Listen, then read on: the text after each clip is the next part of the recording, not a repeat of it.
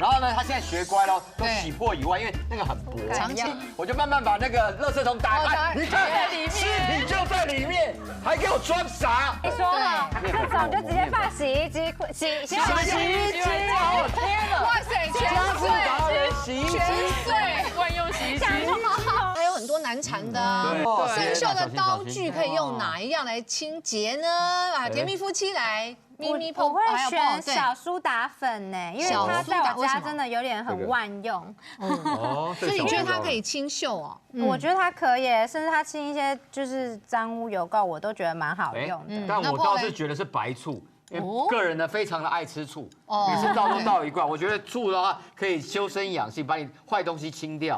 然后呢，刀子这些拍蜜啊，应该也有办法把它一次搞定。哎，这样好像也有道理，也说得通，对不对？好，殊不知这完全不通，还要请老师告诉我们，哎，到底哎通不？哎，对，那其实针对这种刀子生锈，因为厨房都会有水啦，对，难免。那如果说你的刀子不是很常使用，不是常常清的话。就会出现这种生锈的东西，所以这个时候呢，我们要正确的答案是什么呢？就是我们的番茄酱。用番茄酱，不是白醋。对，这个答案是番茄酱。对，那为什么用番茄酱？其实我们要除锈，就是要把上面的氧化铁把它还原回去。OK。对，那我们通常最好用就是草酸。草酸对，所以严重的话，你就是去化工原料行买草酸粉。但是有时候我们身边你不一定那么好买啦。对，你没有草酸粉怎么办？哦，其实可以用番茄酱，因为番茄酱里面含有草酸的成分。哦，对，所以那柠檬也有啊。那我可以用柠檬吗？可以，柠檬汁加盐巴也 OK， 也可以。对，或者番茄酱也可以，敷半小时以上。好，那我们已经一边把它那个对，就是涂了半小时，你就把它涂半小时之后。好，那现在看那个结果，对，我们就可以看一下它的效果。老师先给大家再看这边，对，好，这样长这样，对，好。然后生锈大概半小时的，对，番茄酱之后对，我们可以看一下，把它清掉。哇塞，还没完全清掉，我就觉得很厉害了，感觉已经变亮了耶！好神奇哦！对，我们先清，真的，我们就清。如果你放的时间更久的话，效果会更明显。对，重点是番茄酱家里每个人几乎都有。对，是因为有时候我们去素食店也不贵啦，也不贵。然后有时候家里都一定会那个一小包，然后又放到过期，对，没错，对，就拿来清这个用了，你就可以看生锈的东西都可以，生锈的东西都可以。哇，像这样你可以看一下。对，然后你就是水龙头再用水洗。反过来再看一下，原来是这样。原本是长这样子。对，你看生锈。对，生锈，然后清洁完就可以很明显。对。而且家里有时候那个金属的汤匙有时候也会。对，都可以利用番茄酱，它有草酸酱的原理。学到了。对，原来番茄酱不只是可以吃，而且是可做菜料理用。过期也可以用。对，没错。原来清这锈这么好用哇！真的感谢。又学到，今天好神奇哦。对，好。接下来要继续请教两位甜蜜夫妻。我们刚一开始就说呢，厨房最难清的是那个什么油盒、集油盒，对不对？请教你们觉得这些生活小物哪一个是可以这个清油盒的？对，这一个啊，你看多脏。但我必须说实话，这个我有试着清过，我是用面粉。整个把面粉撒下去以后呢，然后弄的整个水槽呢，基本上是一个灾难，整个一片，而且是黏 T T 的，这样整个都那个，然后咪咪回来说你在干什么？我说没有在干什么，假装欲盖弥彰这样。但是我觉得应该有效，可能只是我的做法错误。我们要加水，然后抹啦什么的，不能够直接用这样面粉这样整个倒下去，然后这样1公斤面粉都倒完了这样。对，我觉得我还是选小苏打粉呢，因为它真的很万用，我的好朋友啊。但是我妈曾经就是在过年期间，因为妈妈你知道很怕农历新年又来了，很累，之前都要大扫除，对，她说哦好累哦，因为她妈妈要照顾大家，要煮3餐，然后那个平常都是简单清，那集邮网。那个太可怕了，他就说啊，我上次朋友跟我讲，他用白醋加一点点水稀释，然后就开始撸，然后我就觉得有一次回家，我就说天啊，整间厨房都是醋味，没有，不是，他妈那次炒白菜，我说哎妈，你这是新口味醋溜白菜，哦没有，他没有加醋，原来就是用那个醋来洗那个，他全部用醋，我都熟悉，对，然后就觉得哇塞，那也有可能醋也有可能可以这样用，到底他们2位选的对吗？小苏打粉啦，其实正确答案来的话是小苏打粉，哦，就是找一个塑胶袋，然后把我们这个网子，然后把它丢掉，丢掉，哦不是，换新的，有人说买新的来换，但是有不是都会有那种有网可以换吗？对，可是有时候还问了老师，可是有时候你有时候尺寸不对，或者是说你临时要买你买不到，而且现在原物料涨价，对啦，能省则省，已经不再那么便宜了，对，好，那这个怎么处理呢？我们就是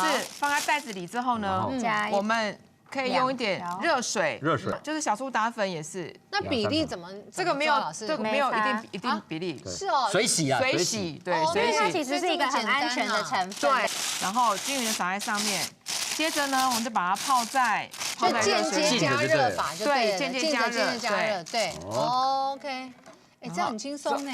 对，老师你的这个方法都还蛮特别的。对，我也觉得。然后呢，就是一样，15到20分钟，就用时间了，喝个咖啡，时间，对不对？追个剧，我们再回来刷。妈妈们最喜欢。对，然后呢，这个15分钟，浸泡15到20分钟过后，对。天哪，里面好脏！你看，它已经我都还没有金属色看到嘞。哇，哎，你看还没开始刷哎。给你们想想啊，重见光明的感觉。我都还没有刷哦，好，就可以用点热水，我们可以刷刷看那个效果。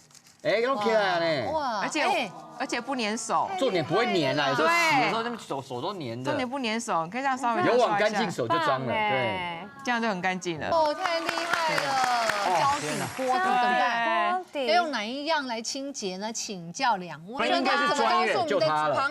什么小苏茶包进茶包。不是你用茶包那一样是它小苏打粉加水去浸泡，它的锅底就不容易会。所以你还是爱你的最好的小苏打粉，你不会一套用到底吧？我跟你讲，这个我知道你专情爱一个老公，但是为什么小苏打也是一路爱到底啊？妈妈们的好帮手就是它的小苏打粉，没有就是像这个脸盆温水，然后放那个在那个茶包里面，然后把那个底然后你是烧水肿的吧？你是烧水肿，你不要闹了。哎，不过我还第一次听到说用茶包可以清。对啊，茶包因为碱性的嘛，刚老师说了碱性，那么你看碱性。是锅底烧焦的话，就是用小苏打粉。哇，哎，那咪咪讲对了。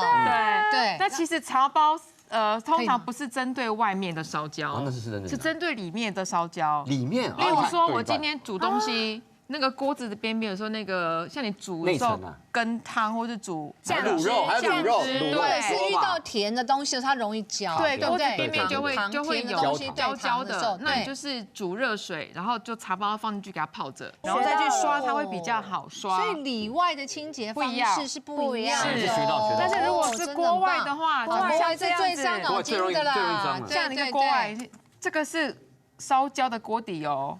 已经黑到这样子，有的还会从边边这边黑一圈呢，它真的好感觉没救了。对，这应该就要丢了吧？对，但是呢，我们是把它用敷脸的方式。哦，敷脸，帮它敷面膜，帮它敷面膜。对，锅底敷面膜，烧焦的锅底敷面膜。对，那我们呢，就是有做了一个实验给大家看，就是呢，我们把它分成3个区域，这个是它的。没有用圆形，这个是黑的，黑的，黑的，你看完全拍不到反光，真的就是烧焦。对，然后呢，这边是小苏打粉加水，把它敷上去。然后呢，这个如果是在更顽强的胶垢，就是用过碳酸钠。过碳酸对，它是氧系的漂白粉。对，那它其实也是很安全的素材。现在去超市都可以买得到，对不对？对，超市要买得到。然后呢，过碳酸钠，因为它加水之后，它会变成碱的东西跟双氧水，所以它也可以温和的漂白。就是洗衣服的时候，对，洗衣服可以加，或是洗抹布也可以加。对，你就把它敷上去之后，你的保鲜膜，我们刚刚讲要帮它敷脸啊，那它都是用一般的冷水就可以的，还是要加热水？温水比较好揉。先加温水，然后呢，你就睡觉前把它敷上去。敷上去我们就可以去睡觉了。哦，然后隔天起来再处理这件事情。好，隔天加温水的。对，隔天之后呢，我们会发现它已经干掉了。对，然后呢就这样去刷它。哦，对，可以进去刷它，要不然它已经有。是经过一夜的敷脸之后，对不对？敷脸，你看这个已经有哎，敷锅底之后，对，起来了，全还原的概念哎。那我们就可以把它刷掉，再加一点温水。你看这边，你看边边就开始起来了，真的起来了，真的，这边就是我们讲 Laksa 啦，对不对？